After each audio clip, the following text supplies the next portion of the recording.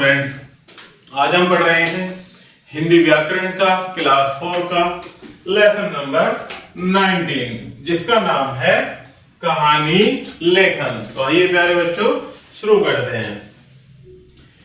कहानियां सुनने सुनाने और पढ़ने पढ़ाने की लंबी परंपरा रही है। कहानियां आज भी उतनी ही लोकप्रिय हैं। टेलीविजन के आने से कहानियों की लोकप्रियता और बढ़ गई है। कार्टूनों के माध्यम से कहानियों ने बच्चों को बांध सा लिया है। रंग बिरंगी पुस्तकों तथा कॉमिक्सों द्वारा भी बच्चे कहानियां पढ़ने में रुचि लेते हैं। कहानियां लिखना कठिन नहीं है, इसके लिए कहानियां पढ़नी चाहिए, समझनी चाहिए कि उन्हें किस प्रकार लिखा गया है। कहानियां पढ़ने से हमारी प्यारे बच्चों समझ विकसित होती है और उन्हें लिखने का हम ज्ञान प्राप्त करते हैं। तो आइए यहाँ कुछ रोचक कहानियां दी गई हैं जिन्हें हम पढ़ेंगे। पहला है चतुर चित्रकार की कहानी। तो आइए प्यारे बच्चों शुरू करते हैं। एक चित्रकार था, वह घर में रहकर चित्र बनाते बनाते ऊब गया था। उसने सोचा कि क्यों न जंगल में जाकर चित्रकारी की जाए। कलाकारों के मन में ऐसे विचित्र विचार अक्सर आते हैं। बस फिर क्या था, उसने अपना सामान इकट्ठा किया और जंगल में जा पहुंचा। चित्रकारी करने के लिए उसने जंगल में झील के किनारे एक जगह चुनी। मौसम अच्छा था और जंगल में शांति भी थी। चित्रकार मगन होकर अपने काम में लग गया। तभी जंगल का राजा शेर उधर आ निकला।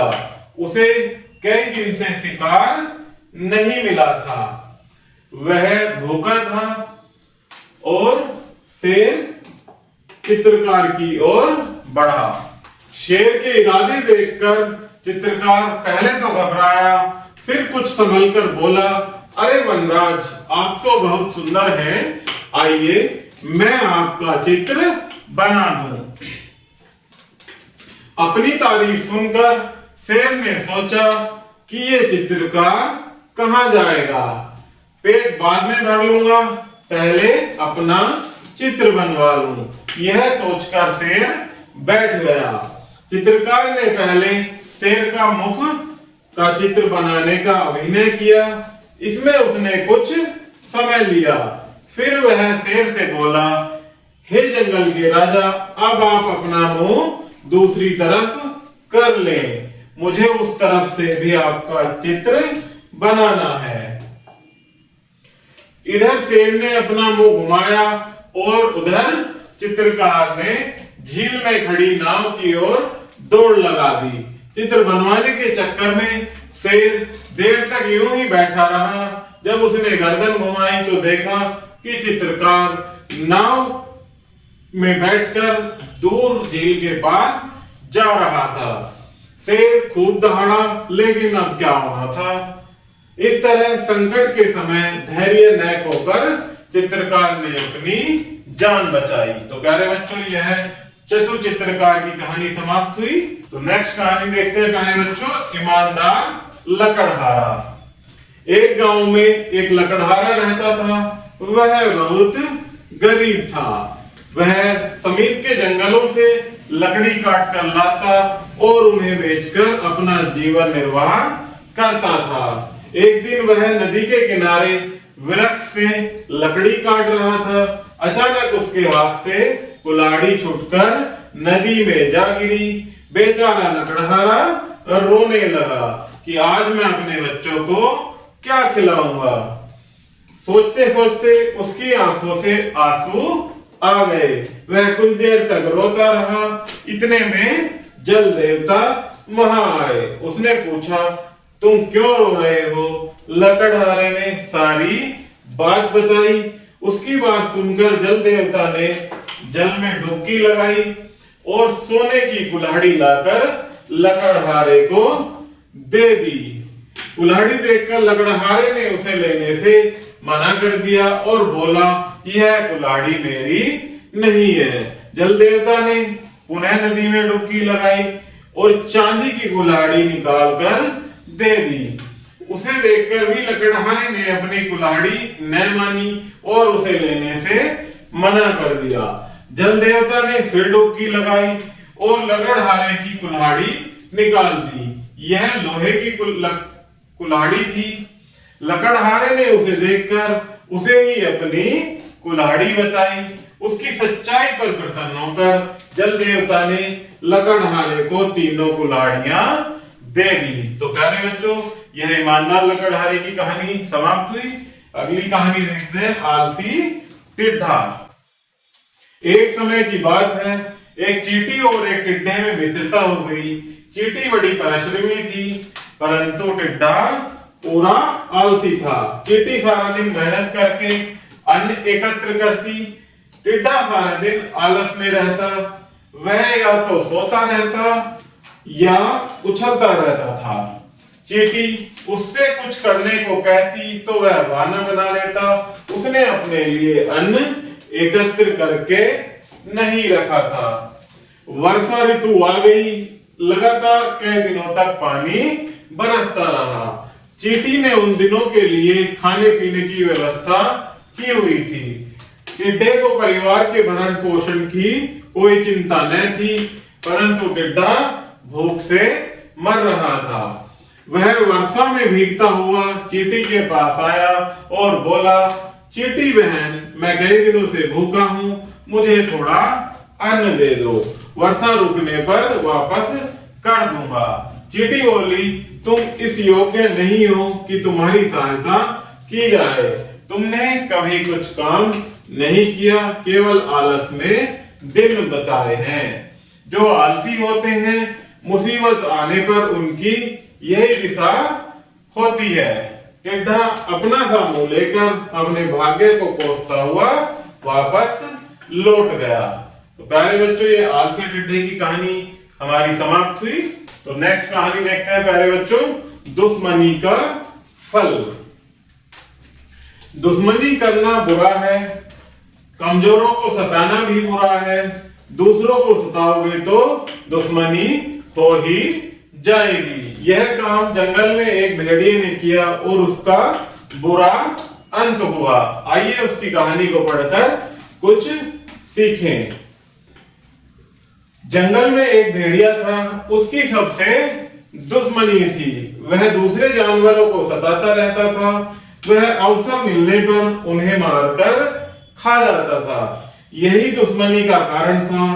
एक बार जंगल में शिकारी आया। उसने भेड़िए को देखा। भेड़िया शिकारी के इरादे को भागकर भाग निकला। शिकारी भी उसके पीछे आ रहा था। भागते भागते भेड़िए को एक हंस मिला। भेड़िया उससे बोला, हंस भाई, मेरी जान बचाओ। एक शिकारी मुझे मारना चाहता है, तुम मुझे कहीं छिपा दो। हंस बोला, भाई, मैं तो पानी में रहता हूं, मैं तुम्हें कैसे बचाऊं? तुम उस झाड़ी के पीछे चले जाओ, वहां एक हिरनी रहती है, वह तुम्हें छिपा लेगी। नहीं, वह मुझे नहीं छिपाएगी, क्योंकि एक दिन मैंने उसके बच्चों को मार दिया था, भेड़िए ने बताया। हंस सोच में पड़ गया। वह बोला, तुम भालू दादा के पास जाओ, वे तुम्हें बचा लेंगे। भेड़िए ने कहा, क्या बात करते हो? भालू मुझे भला क्यों बचाएगा? कल ही मैंने उसके बच्चों से झगड़ा किया था, वह तो मुझे ही ढूंढ रहा होगा। इस तरह हंस ने एक एक करके मुर्गी, खरगोश, घोड़ा आदि कई जानवरों के पते बताए, लेकिन भेड़िया सभी को सताता था। उसकी सभी से दुश्मनी थी, कौन उसकी सहायता करता? हंस ने कहा, भैया, तुमने सभी से दुश्मनी कर रखी है, तुम्हें भला कौन बचा सकता है? यह कहकर हंस सरोवर में आगे बढ़ गया। अब वह शिकारी भी पास आ चुका था। उसने भेड़िए पर बाण चलाकर उसे मार दिया। सच कहा है, आपसी मेलजोल से ही सबके काम सधते हैं। तो प्यारे बच्चों, यह हमारी कहानी यही समाप्त हुई।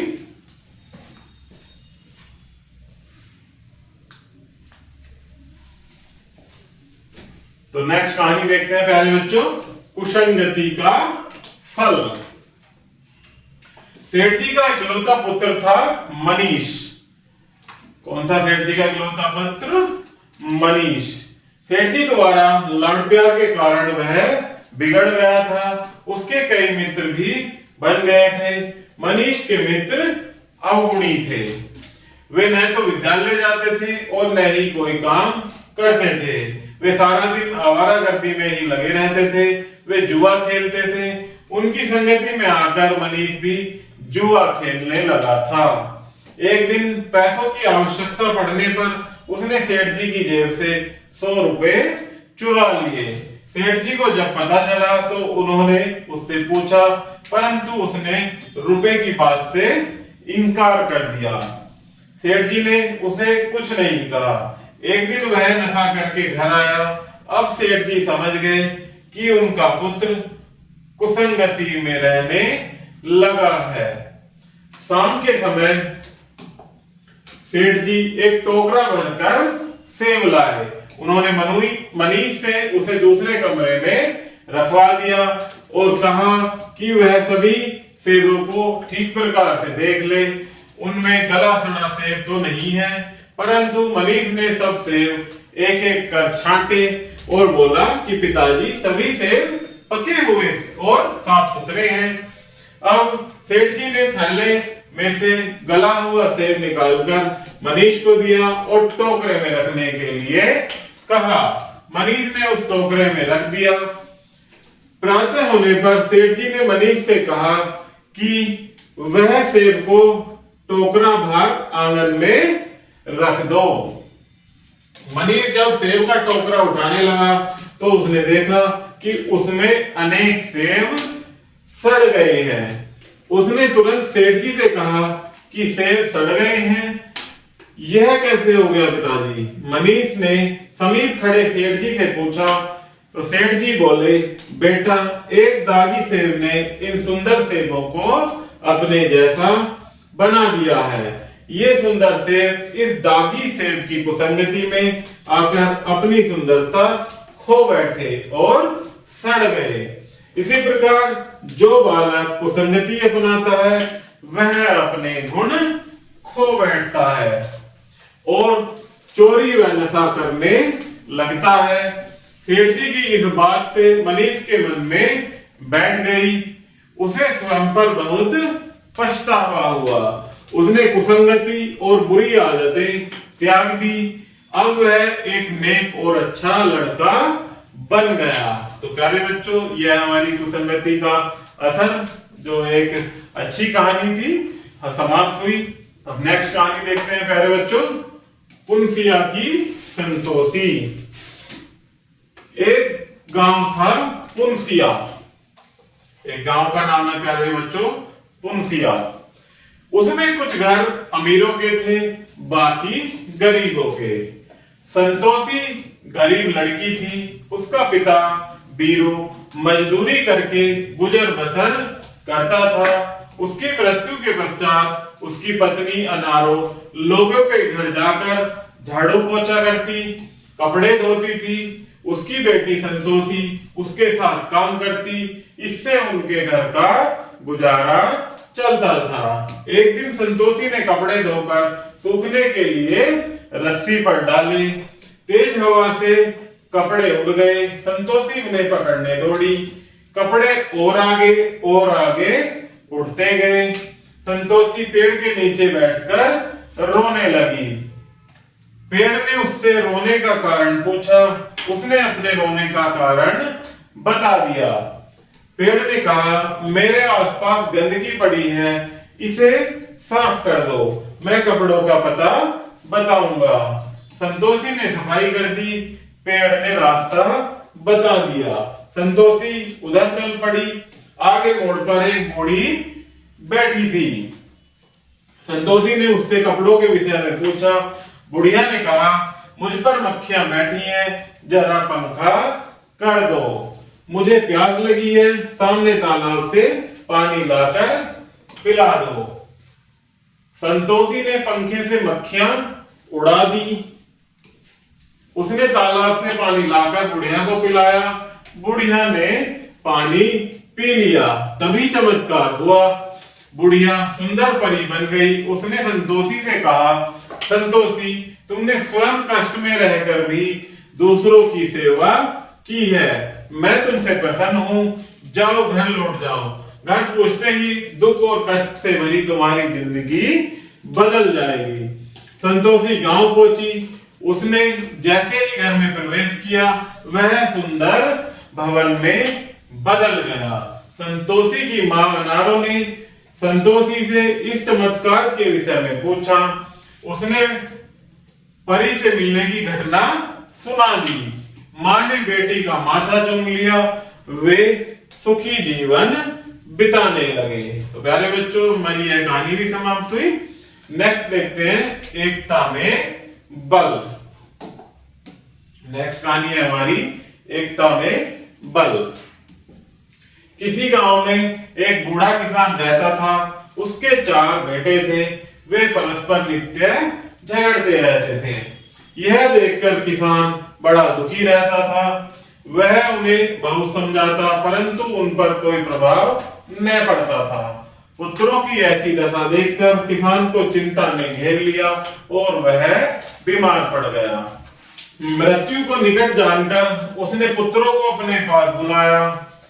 पिता की दशा चिंताजनक देखकर पुत्र भी घबराए। चारों पुत्र अपने पिता की बातों को ध्यान से सुनने लगे। किसान ने उनसे छड़ियों यानी लकड़ियों का एक गट्टर लाने के लिए कहा। गट्टर आने पर किसान बोला, तुम में से कौन इतना शक्तिशाली है जो इस गट्टर को तोड़ सके? सभी ने बारी बारी से प्रयत्न किया, किंतु छड़ियों को न तोड़ सके। अब किसान ने गट्टर खुलवा लिया। छड़ियां अलग अलग हो गई। तब पिता ने सभी से एक एक छड़ी तोड़ने के लिए कहा। सभी पुत्रों ने एक एक करके छड़ियां तोड़ डाली।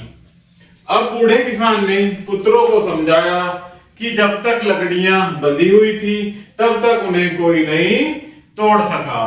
अलग अलग हो जाने पर सभी लकड़ियां टूट गई। इसी तरह यदि तुम में संगठन है तो तुम्हें कोई हानि नहीं पहुंचा सकता। एकता में बल होता है, आपसी फूट से सदा हानि होती है। इसलिए लकड़ियों के गट्टर की तरह हमेशा संगठित रहो।